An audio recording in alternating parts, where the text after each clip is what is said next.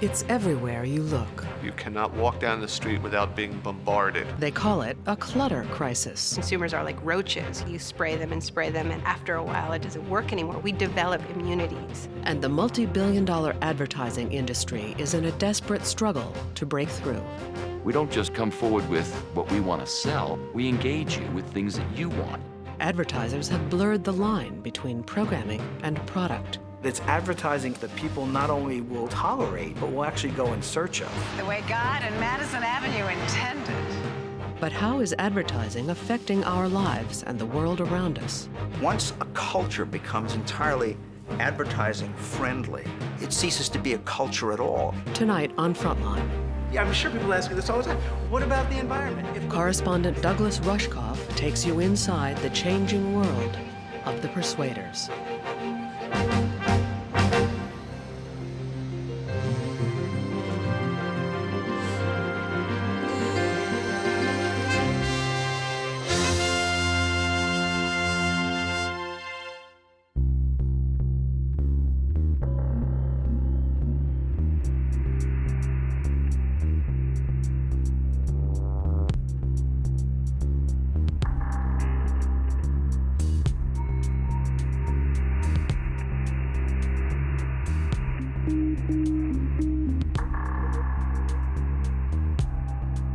A spring night in New York City. Two men hunt for just the right building. We're always looking for a new wall to kind of do our thing on. They may not look it, but these guys are preparing a guerrilla operation. Kind of just scope out for a good location, and wherever we end up, we end up. This is where we're going in this construction site right here. At last they find the building they've been looking for.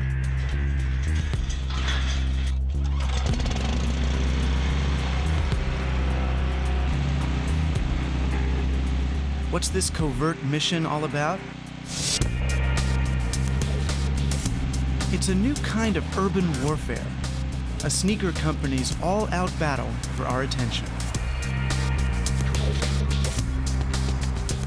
Cannot walk down the street without being bombarded. You stand in an elevator looking at advertising in the corner of the elevator car, and you go to play golf and you go to pick the ball up out of the cup and there's an ad in the bottom of it, and you look up at the sky and there's skywriting, and you look at a bus passing and there's advertising, and you walk in Times Square and you go, is this Las Vegas on the Hudson? Am I trapped inside a pinball machine? Welcome to the new American metropolis. Somewhere beneath all these ads is the city I grew up in. But over the last 20 years, it's grown a second skin, a twinkling membrane of commercial messages.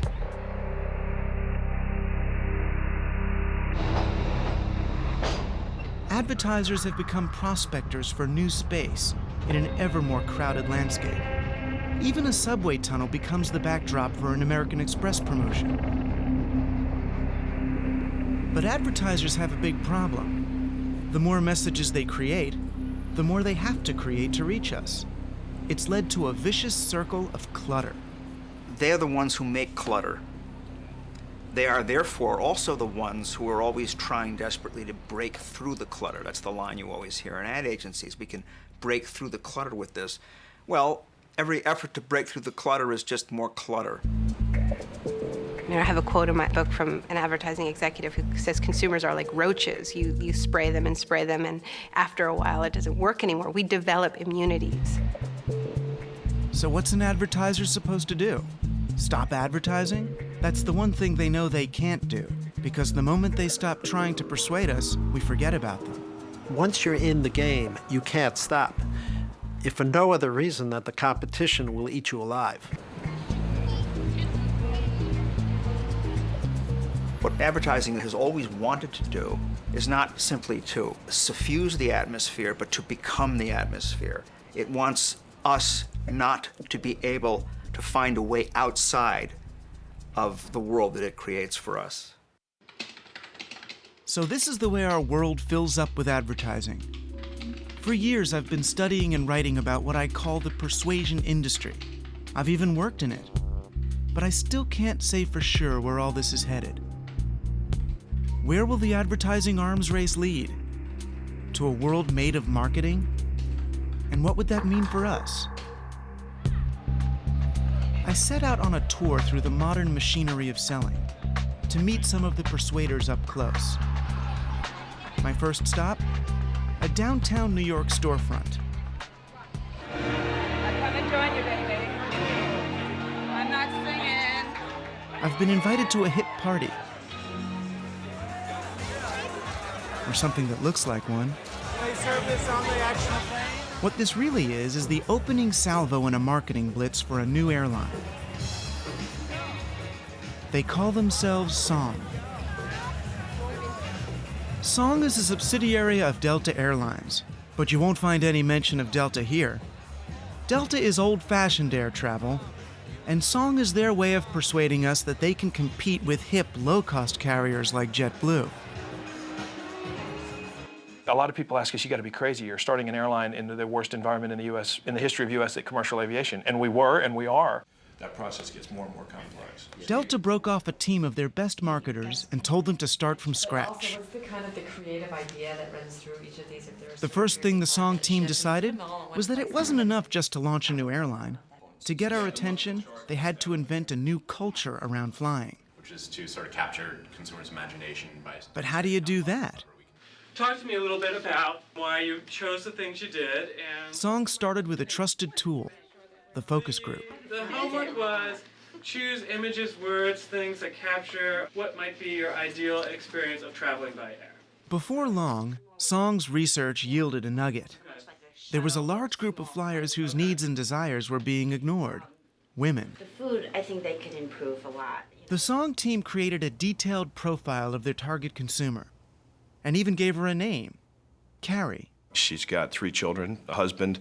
They both work. They have an SUV and a sports car, Neiman Marcus credit cards, but she shops at Target.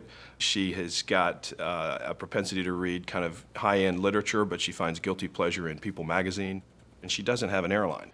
Here's our organic menus. To cater to women like Carrie, Song turned to a pro, Andy Spade, the co-creator of the Kate Spade Company, a multi-million-dollar line of fashion accessories. I bring ideas, kind of visualize ideas that companies have and give them kind of a substance and a texture and a life that they may not know how to create. And I bring that, I take their idea or their point of view, and I try to create this make it into something that's bigger, maybe emotional, maybe optimistic, maybe classical, maybe, happy. I think that I'll just start by introducing, kind of the concept and what it is. Spade's been charged with producing Song's TV campaign, the first impression the airline will make on many Americans. All right, so why don't we start?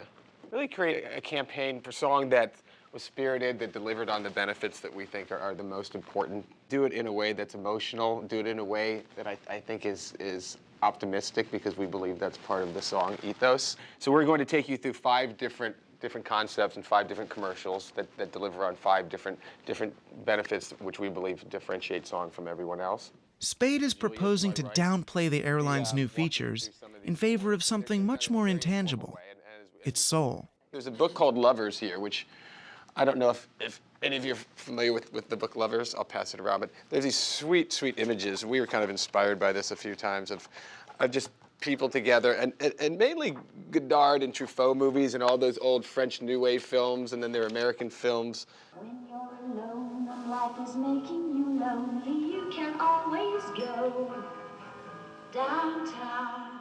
Spade's commercials will show no planes, no travelers, no low fares, no airline. This is an enormously risky strategy. These commercials, as planned, will consume almost a third of Song's $12 million marketing budget. If the campaign doesn't connect, Song will just become part of the noise, and Delta, at the brink of bankruptcy, cannot afford for its new venture to fail. At least one member of Song's team is nervous. Well, the risk is you invest an inordinate amount of money behind a message that is a fairly ethereal message that, as they say, doesn't feed the bulldog. I mean, this is a business. This isn't an art form. So we have got to ensure that it's communication that drives commerce, not just makes people feel good. The more we pulled back and tried to make it a very, very kind of literal delivery on a benefit, it lost that emotion, and we wanted to keep that emotion. Spade isn't backing off. He's not content just to convey information. He's aiming for something bigger. At the end of the day, you want to become a part of culture. And when you get to that point, you've created a huge success. And that's what all the great, I think, companies have done, from Virgin to Apple to others. And I think by spending 25 seconds on the style and the spirit, this is a void in your category, and you have to get there first. That's more important than really building a spot around low fare. I mean, everyone is going to be low fare. What really differentiates something from another thing? I think it's creating kind of something that communicates to people on another level, beyond a logical level. The question is an advertising classic. Should the pitch be aimed at the head or the heart? How creative can an ad get and still be an ad? Someone once wrote a book called Advertisements for Myself.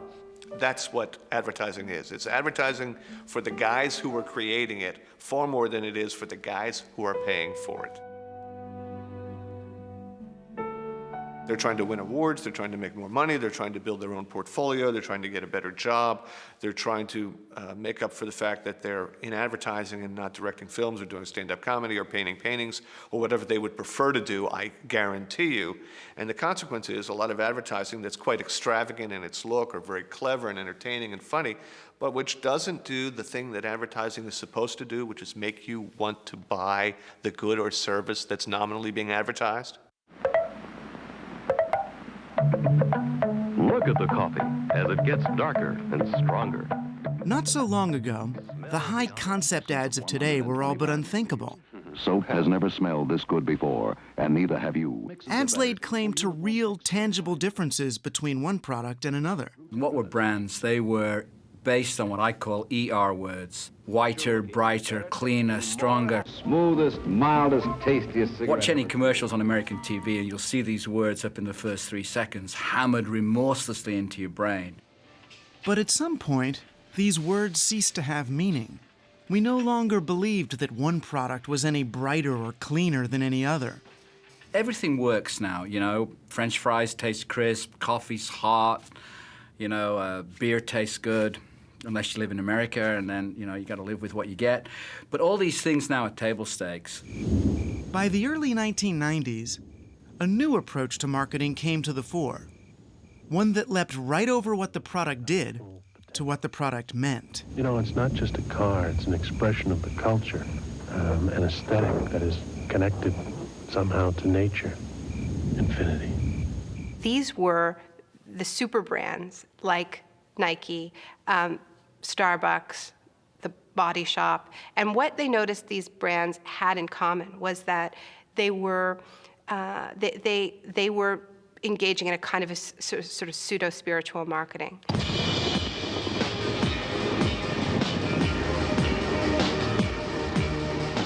So Nike said that they were about the meaning of sports, but more than that, that they were about transcendence through sports. Starbucks said that they were about the idea of community, a place that is a third place, that is not home, not work. Benetton was, of course, selling multiculturalism, racial diversity. This lesson, that a brand could forge an emotional, even spiritual bond with today's cynical consumer, wasn't lost on corporate America. What are you saying with your Chinette plates?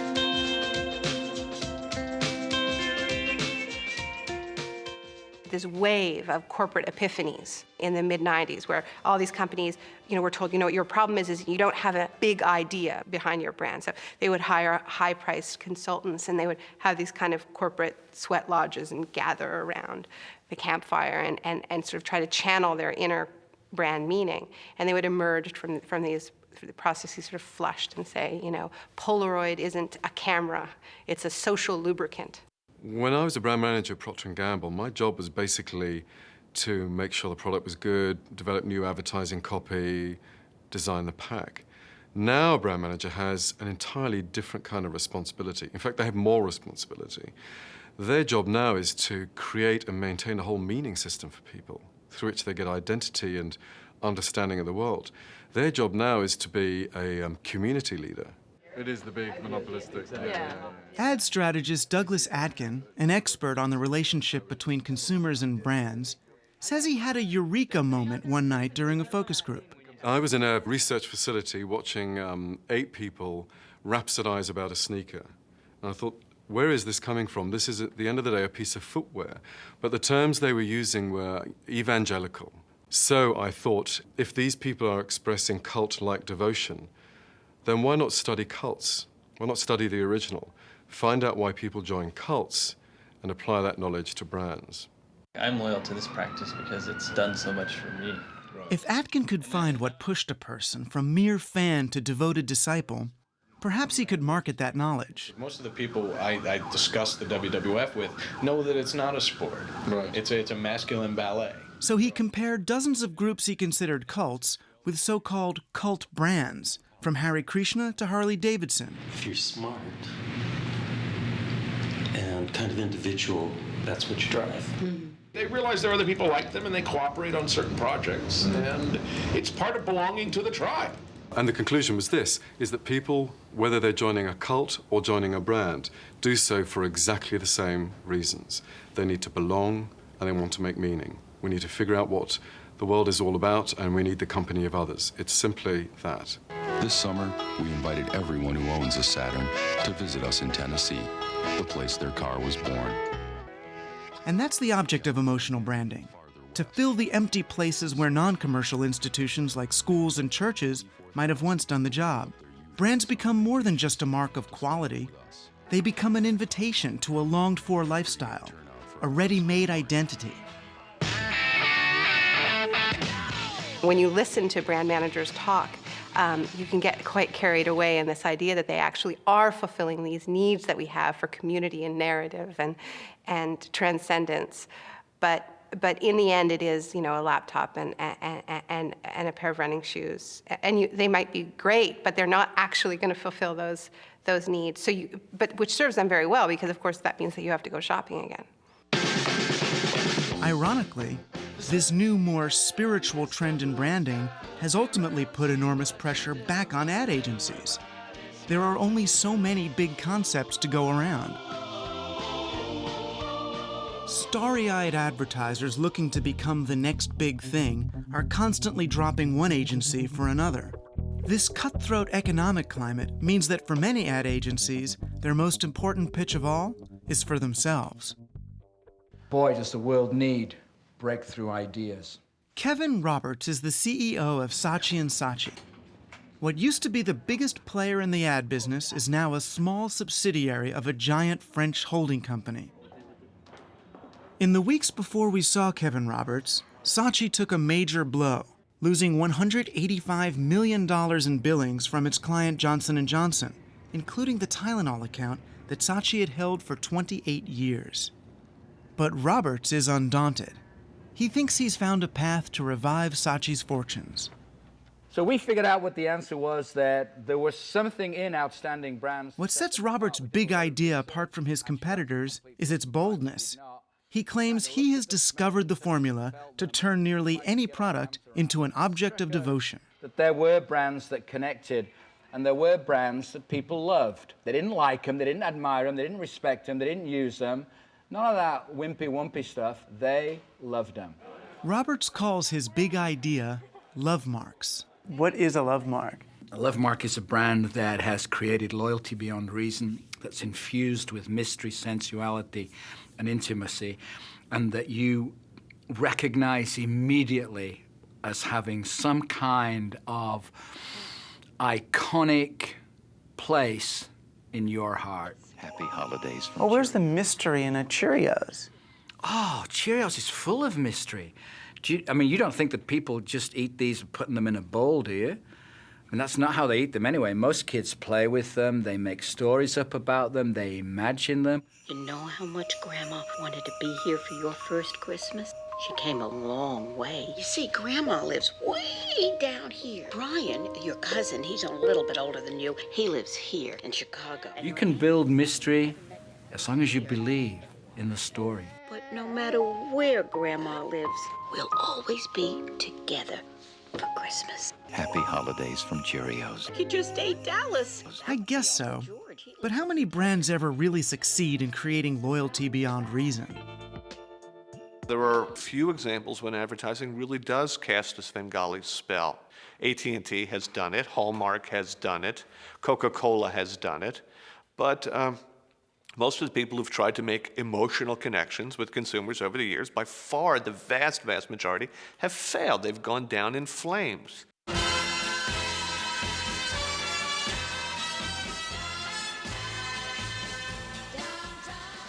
Think about it this way. Instead of saying that's so cool, you'll say that's so Song.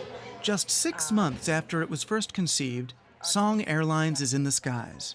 What began as a new way to market Delta's lower-cost flights has emerged as a company-wide culture, an ethos imprinted onto every available surface. We are not an airline, we are Song. I think Song, is about a lifestyle. It's more than an airline. Our translation is we want to create a movement. We want to create a movement of people that are going to have an emotional connection with this company. Song hired one of the world's leading branding agencies to create a name and a look like no other airlines. And they not only branded their planes, they branded their people. Instead of holding job interviews, Song auditioned their flight attendants, then taught them how to be Song, giving them scripts for what to say and how to act. Song is becoming an adjective at our airline, so we've got an expression, you are so Song. We can never do anything that's off song or off tune. It has to be on brand. Do they kind of teach you to be Song? Oh no, we had Song in us before Song was Song. So they give you more permission to be Song. They were like, you are so Song, bring it, show it, right? Bring it on. Be it, be Song. But despite Song's enthusiasm, there's reason to wonder if they are breaking through the clutter. A dozen actors with Song TVs strapped to their stomachs got lots of puzzled stares in the streets of Boston. I'm not sure, but I'm either really drunk or some strange going down. But so did every other walking billboard.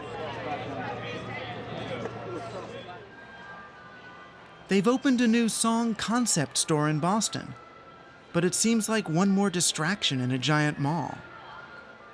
And it may have raised more questions than it answered. So you're an airline? Yes, we are. Or a travel agency? We're an airline. Can consumers see through all of this brand experience to the product Song is supposed to be selling? Okay. So something new. You're welcome. Have a great day. If you scratch the self-confident surface of advertising, you'll uncover an unnerving anxiety. Is any of this really working? There's an aphorism as old as advertising itself. I know I'm wasting half my ad dollars, I just don't know which half. What works, when does it work, and with whom? The whispered truth on Madison Avenue is that despite enough studies to fill a library, still, nobody really knows. Ladies and gentlemen, the executive producers and stars of NYPD Blue. This is the financial bedrock of the advertising industry, called the upfronts, where every year, network TV executives present their coming fall season and its stars, and advertisers line up to buy commercial minutes. But in recent years, the model has begun to break down. Where else in the world can you be convinced to pay more for a commodity that is experiencing diminishing returns? Giant advertisers like American Express are losing faith in the traditional 30-second ad. We as advertisers are paying more to reach less.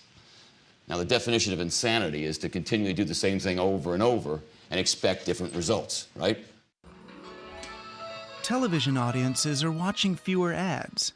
The networks are losing viewers to cable, and the appearance of digital video recorders like TiVo now allow people to zap the ads altogether. Wow, that is clear. What surrounds? Advertisers are frightened. I think they're sort of deer in the headlights. What do we do? Within, a matter of 5 years, we will have a huge percentage of the country will be, will have this technology. 5 years,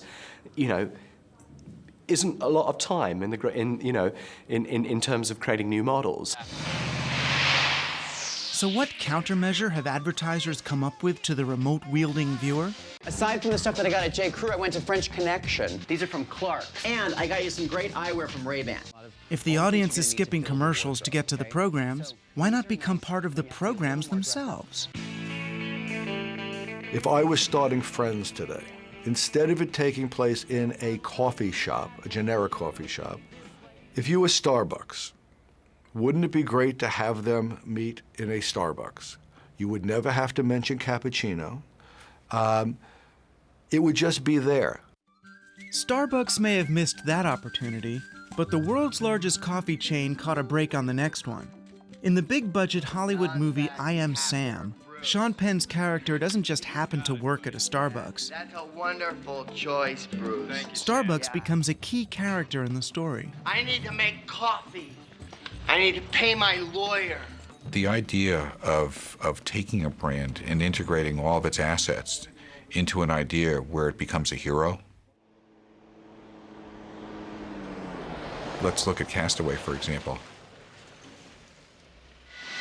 We open up getting on a plane. The plane crashes. All but one person is killed. 4 years ago. How bold was that of Fred Smith, the founder and chairman of FedEx? A, to allow it, but to do it himself. Terrible and tragic day. And at the end of the film, not only did we deliver the packages, but we found romance. How much better could you feel about the brand? Ad Age magazine dubbed this alliance between New York's ad men and Hollywood studios Madison and Vine. It is the integration of entertainment with advertising in a partnership that often begins before a show is even conceived. Meanwhile, Samantha had used her pushiness to parlay her new man's hit off-Broadway show into a hot on-Broadway poster. To mate a brand with the once commercial-free HBO series Sex and the City, Absolute Vodka and HBO writers worked out a storyline in which one of the show's characters finds his way onto an Absolute billboard. HBO got to use the brand's name in a key plot twist, and Absolute got unprecedented access to HBO's upscale audience. Guess what I'm drinking? An Absolute Hunk. They created a drink called the Absolute Hunk. And you're delish. So we went to the producers of Sex and the City, and we said, okay, we've got a real product and a real drink called the Absolute Hunk. We want you to weave an entire storyline around this drink and this product so that it is unmistakably the conversation piece on Monday morning at the water cooler. Wow. It was quite the buzz. The way God and Madison Avenue intended. There are agencies, for instance, in Hollywood who go through every script before it is produced and find specific opportunities for automobiles, for beer, for virtually any product that you might want to name. But it's not just product placement, and it's not just movies and TV. Rock stars like Sting are partnering up with big brands and debuting their songs in advertisements as a way of reaching a wider audience. Even anti-establishment icon Bob Dylan starred in a hybrid of music video and ad for Victoria's Secret and got his CD stocked in their lingerie stores to boot. The times they are a-changin', some fear for the worse. Once a culture becomes entirely advertising friendly, it ceases to be a culture at all. It ceases to be a culture worth the name. It has to have the constant mood that shoppers require. There has to be a kind of muzak playing in the background all the time. Now you think back to those dramas, those comedies that have really stayed with you, that have moved you tremendously, that you want to see again, that you think about for days. Well, those kinds of works are increasingly unlikely when the stuff that's on TV basically functions to sell Pepsis, to sell Nikes, to sell selling, to sell consumption. This is the same idea as a focus group, just a really, really small group. Far away from the boardrooms of the entertainment industry, in places like this nondescript office park outside Boston, the nitty-gritty work of selling starts with a simple questionnaire about bread. And now, what do you see as the disadvantages to eating grain-based foods? Today, faced with a nation hooked on low-carb diets, the baked goods industry needs to find out just how Americans feel about their products. Okay, I'm going to read you some different emotions. I've got a whole list of them here. For each one of them, I just want you to tell me yes or no as to whether or not you think you feel that emotion when you're eating white bread. Okay? The first one is accepting. Do you feel accepting when you're eating white bread? Yeah, I would say yes then. Affectionate? No. Lonely? No. Disappointed? No. Afraid? No. Trusting? No, I don't think that would be an issue. Would you feel uncertain?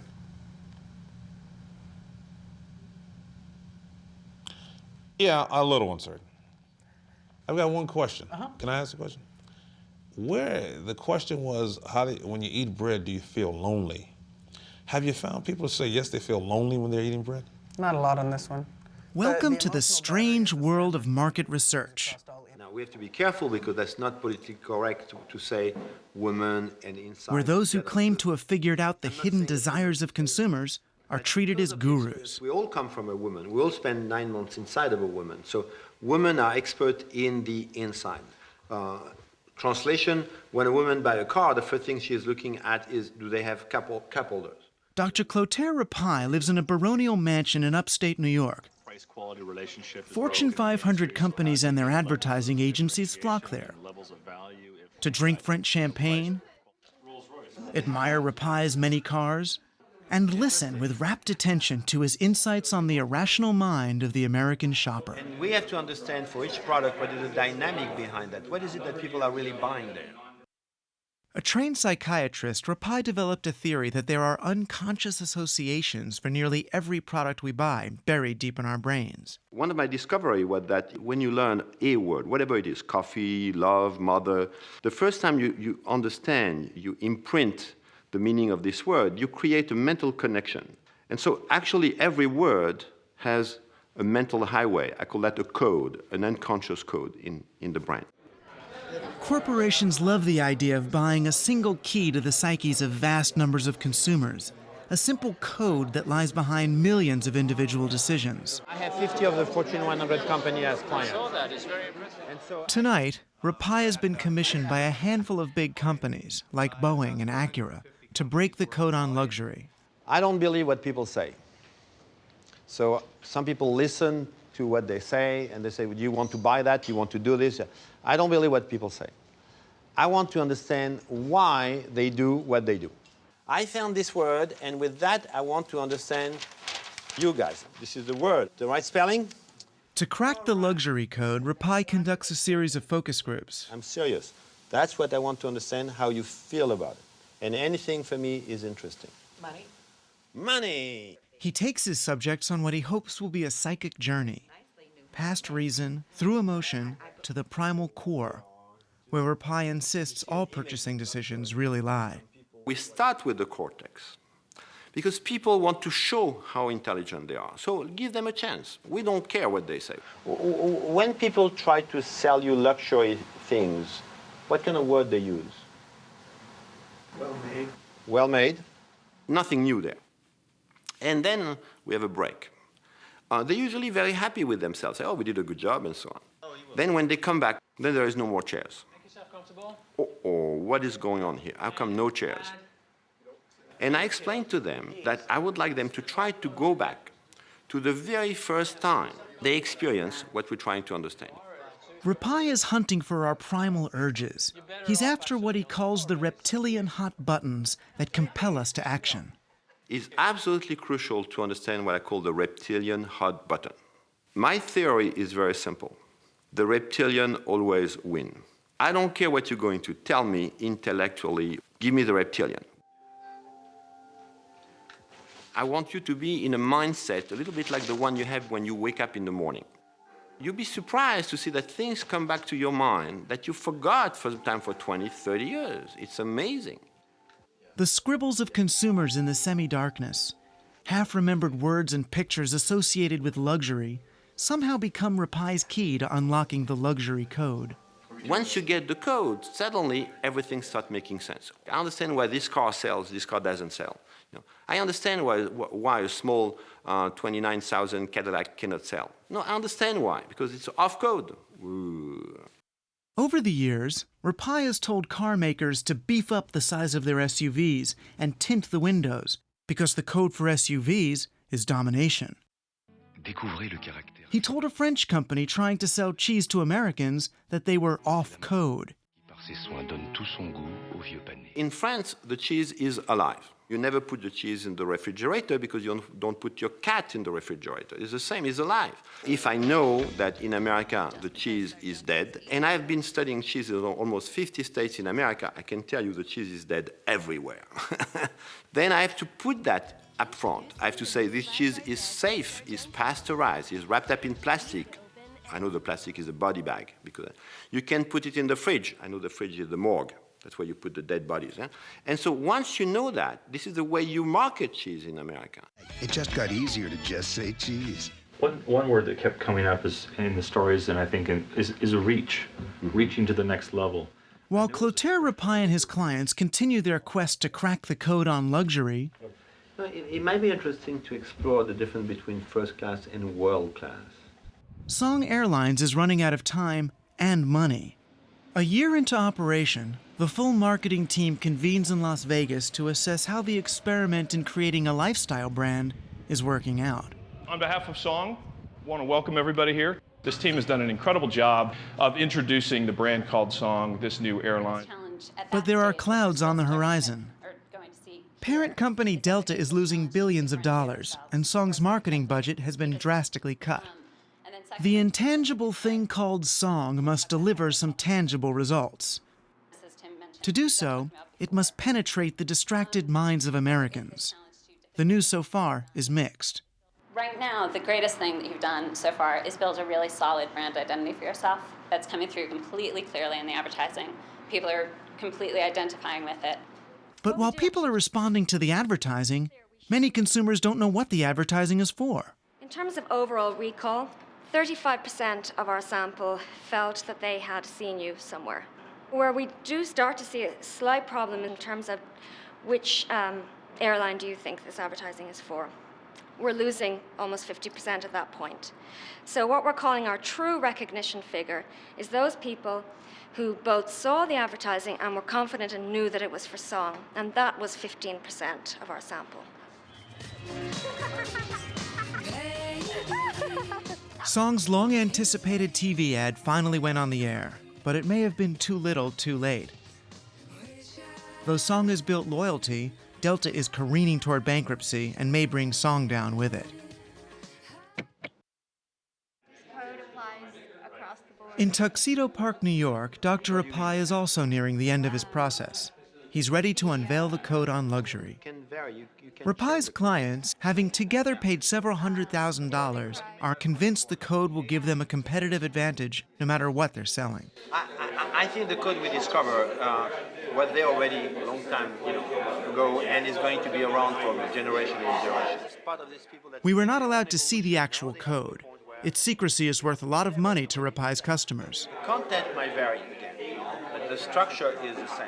But the clients, many of whom have worked with Rapaille before, are enthusiastic. So far, you're sold on what he's doing? Yes, I strongly believe in what he's doing. Strongly. Mark Salmon is the vice president for development at Firmenich, a Swiss fragrance and flavor designer. We need to absorb the code, check it, create products that are in code. Try to understand, looking at what is existing, what are the on-code and off-code. It works. Good marketing research works. When we say it works, it means that marketers understand the real need of the customers, sometimes unspoken, and they deliver. Give me what I want. Give us what we want.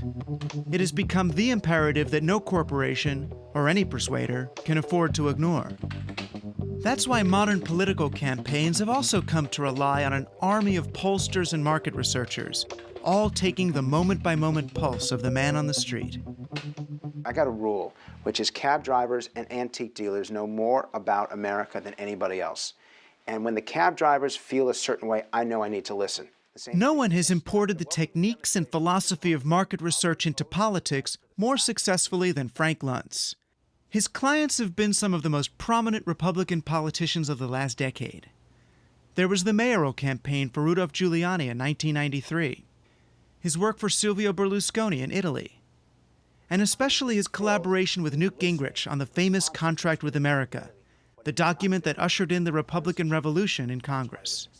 If an electricity company stood up and said, we want to do it for your benefit, we want to do it for our benefit, we want to do it for everyone's benefit, and so we have a better approach. Tonight, Luntz's client is not a candidate, but a Florida utility wanting to build public support for a change in how it's regulated on the environment. I know that the public is very down on corporate America in general, and they're down on power companies. So what is the language? What is the information? What are the facts? What are the figures that would get Americans to say, you know what, my electricity company, it's okay? 21st century technology. 1, 2, 3, 4. Sound science. Luntz's specialty is testing language, finding words that work. Integrity. 1, 2, 3, 4, 5, 6, 7, 8, 9, 10, 11. Reliability. There's the other one. An art that even his political opponents seem to grudgingly admire. Frank Luntz doesn't do issues. He does language around issues. He figures out what words will best sell an issue. And he polls them, and he tests them, and he focus groups them, and he comes up issue by issue with how to talk about it and how not to talk about it.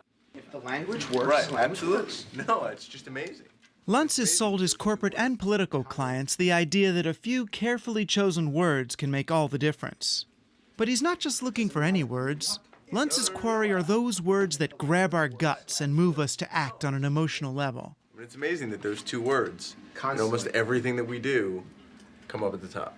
So why do you think that companies don't use them enough? I don't know. You're going to use these to register whether you agree or disagree, whether you believe or disbelieve. The dials go from 0 to 100. On one hand, you have wind, which has no fossil fuels associated with it. To get at his subjects' gut feelings, Luntz has them register their moment-by-moment responses to a speech by a power company executive. Climbing, changing fuels. But watching Luntz work, I couldn't help wondering, do the words he's found help the public see the issue more clearly, or do they disguise it? Is Luntz listening to us so his clients can give us what we want, or so we can figure out how to make us want what they have to sell? The words work. The words apply to the policy. This is how we're going to sell it. And I'll be able to walk to this electricity company on Monday and be able to say to them, your policy makes sense, and here's the language to explain it. That was the eureka moment when I watched people nod their heads. I watched them look to each other, and they were willing at this point to fight for this position. You're replacing the bad with the good. It's almost like in with. This is a guy who is merchandising ideas and merchandising a movement and merchandising a political party. And in many instances, the words that he says are the ones that resonate, are ones that obscure to some extent the issue. Take the so-called death tax. When it was called the estate tax, most people supported it. But Luntz managed to turn public opinion against it simply by giving it an emotionally loaded new name. For years, political people and lawyers, who, by the way, are the worst communicators, used the phrase estate tax. And for years, they couldn't eliminate it, but the public wouldn't support it because the word estate sounds wealthy. Someone like me comes around and realizes that it's not an estate tax, it's a death tax, because you're taxed at death. And suddenly, something that isn't viable achieves the support of 75% of the American people. It's the same tax, but nobody really knows what an estate is. But they certainly know what it means to be taxed when you die. I'd argue that is a clarification. That's not an obfuscation. Luntz has admonished Republican politicians to talk about tax relief instead of tax cuts, and to replace the war in Iraq with the war on terror. He once told his party to speak of climate change, not global warming. What is the difference? It is climate change. Some people call it global warming, some people call it climate change. What is the difference? It apparently made enough difference to Republicans that they began to use climate change almost exclusively. Cause climate change. The President's Global Climate Change Initiative. Climate change research. And we must address the issue of global climate change. I don't argue with you that words can sometimes be used to confuse, but it's up to the practitioners of this study of language to apply them for good and not for evil. It is just like fire. Fire can heat your house or burn it down. Finding the right words is important, but pushing those words through the clutter is as hard for politicians as it is for commercial marketers. One idea that emerged in a major way in the 2004 election is a twist on an old strategy, reaching out to voters on a one-to-one basis. They call it narrowcasting. We're going to be helping participate with voter registration in a parade. These canvassers for America Coming Together, a liberal advocacy group, did some of the first experiments with narrowcasting techniques in the run-up to the 2004 election. Every afternoon, ACT canvassers here in the key swing state of Ohio were given the names and addresses of potential voters. They were sent into the field with a lot of information about each of the voters they were visiting, profiles compiled by computer from demographic data, including exactly what issues the voters were likely to respond to. Each ACT canvasser was armed with a short, customized video. If you don't mind, I just have a clip that's not even 1 minute that I just wanted to show you about some of the issues that I just mentioned. This potential voter was being shown a movie about job losses for African Americans in Ohio. African American unemployment has skyrocketed to a 10-year high. Elsewhere, other Ohioans were seeing different video messages tailored to their own personal demographic profiles. Ohio has gone backwards. Sure has. Right now, there are only a few different messages, but pretty soon, if all goes according to plan, they will be customized for dozens of different demographic groups. If you want to get up to 51% of the vote, you probably have to assemble a coalition of 20 or 30 or 50 demographic groups. So as a modern candidate, you will want to have a strategy for how to communicate with each one of those demographic groups. You want a targeted ad on the gun control, on the pro-life, on the military, on the economic issues. You're going to want to have a message that's tailored for each one of those groups. If you don't do it, you're putting out broadcast ads in a narrowcast world. But where did all this information come from? How did political parties and advocacy groups know whom to reach with what message? The answer to that question begins here. The Axiom Corporation of Little Rock, Arkansas, is one of the biggest companies you've never heard of. Somewhere in these acres of blinking computers is carefully guarded data about you. Not just your name, address, and phone number, but probably also the catalogs you get, the cars you've bought, and maybe even what shoes you wear, and whether you like dogs or cats. Axiom's information is culled from census data and tax records, those product surveys you answered, and customer records supplied by corporations and credit card companies that are Axiom clients. Axiom sifts all this data to produce lists of target consumers for their clients. If you're a company, a bank, a retailer, what you would do is say you want left-handed people of a certain ethnic group, and they're going to be able to do a list for you. You can get marketing lists of Hispanics who make between $20,000 and $40,000 who are U.S. citizens. You can get marketing lists of people who suffer from incontinence and have bought those kinds of products in the pharmacy. You can get all sorts of things that can be very narrow. What Axiom is promising is nothing less than the solution to clutter. Send us ads only for products we really want and anticipate just when we will want them. You can't just now take an ad and put it on TV and hope for the best. You need to get smarter about your consumers. You need to understand their purchasing predisposition. You need to understand how they're changing. You need to understand more about them, and that's technology. Of course, the prospect of finding the right audience at the right time is irresistible to politicians as well. I'd like to welcome everybody to the grand opening of the new headquarters of the Democratic Party of the United States of America. In recent years, both parties have bought data from Axiom and companies like it. The Republicans didn't talk about how they used it, but the Democrats did. But if I want to sit at my desk, pull up on the screen the state of Ohio, and say who in Ohio says that education is going to be the #1 issue they're going to vote on, 6 seconds later, 1.2 million names will pop up. I then have the ability to hit buttons and do telemarketing to them immediately, or to send emails to them immediately, send direct mail to them immediately, or actually send someone to their door to talk to them. This sort of voter profiling, which both parties used to chase down swing voters in the general election, incorporates behaviors we don't normally associate with voting, like whether you have caller ID, a sedan or a hatchback, or more than one pet. The thing about narrowcasting is that it gives politicians a chance to say things to some people they might not want others to hear.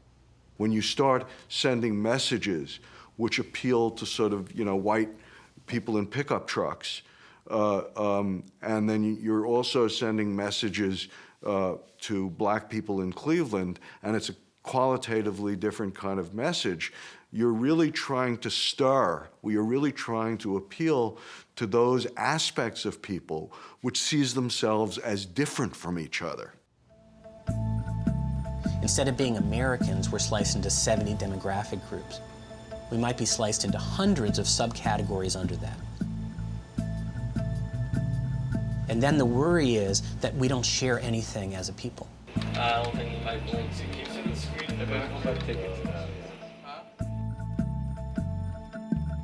The result is living in a society where people, rather than having an idea of the common good, increasingly see their own personal well-being or their own communities' or ethnicity's well-being as the essential issue of democracy.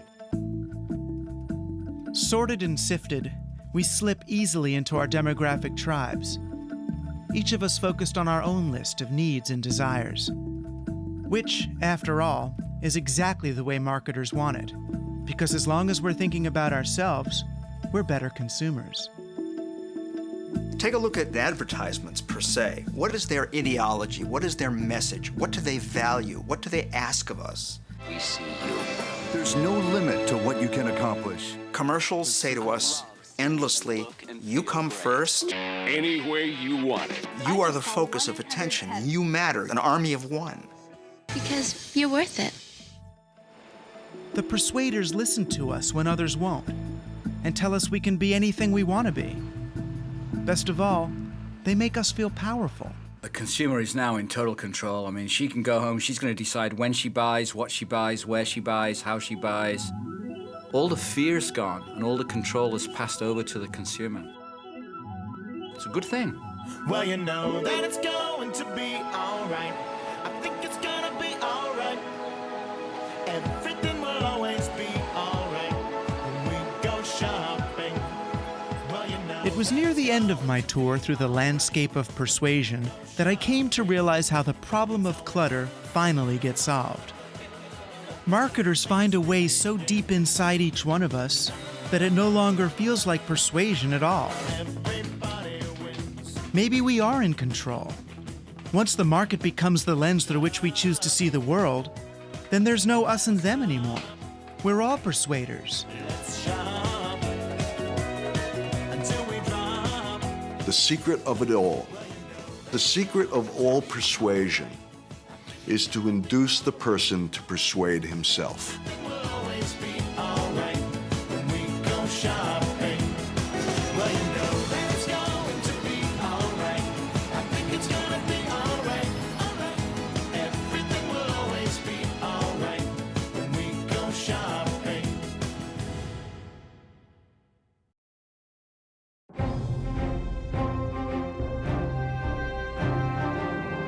Since this program first aired, Delta Airlines filed for bankruptcy protection and disbanded its discount carrier, Song.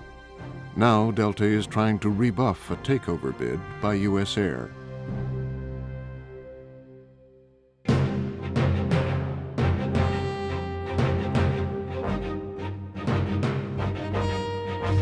Next time on Frontline.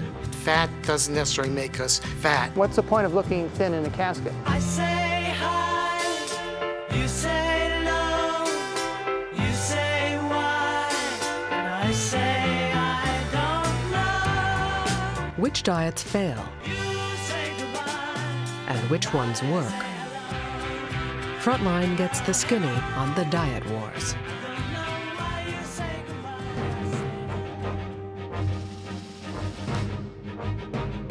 Frontline's The Persuaders is available on videocassette or DVD. To order, call PBS Home Video at 1-800-PLAY-PBS.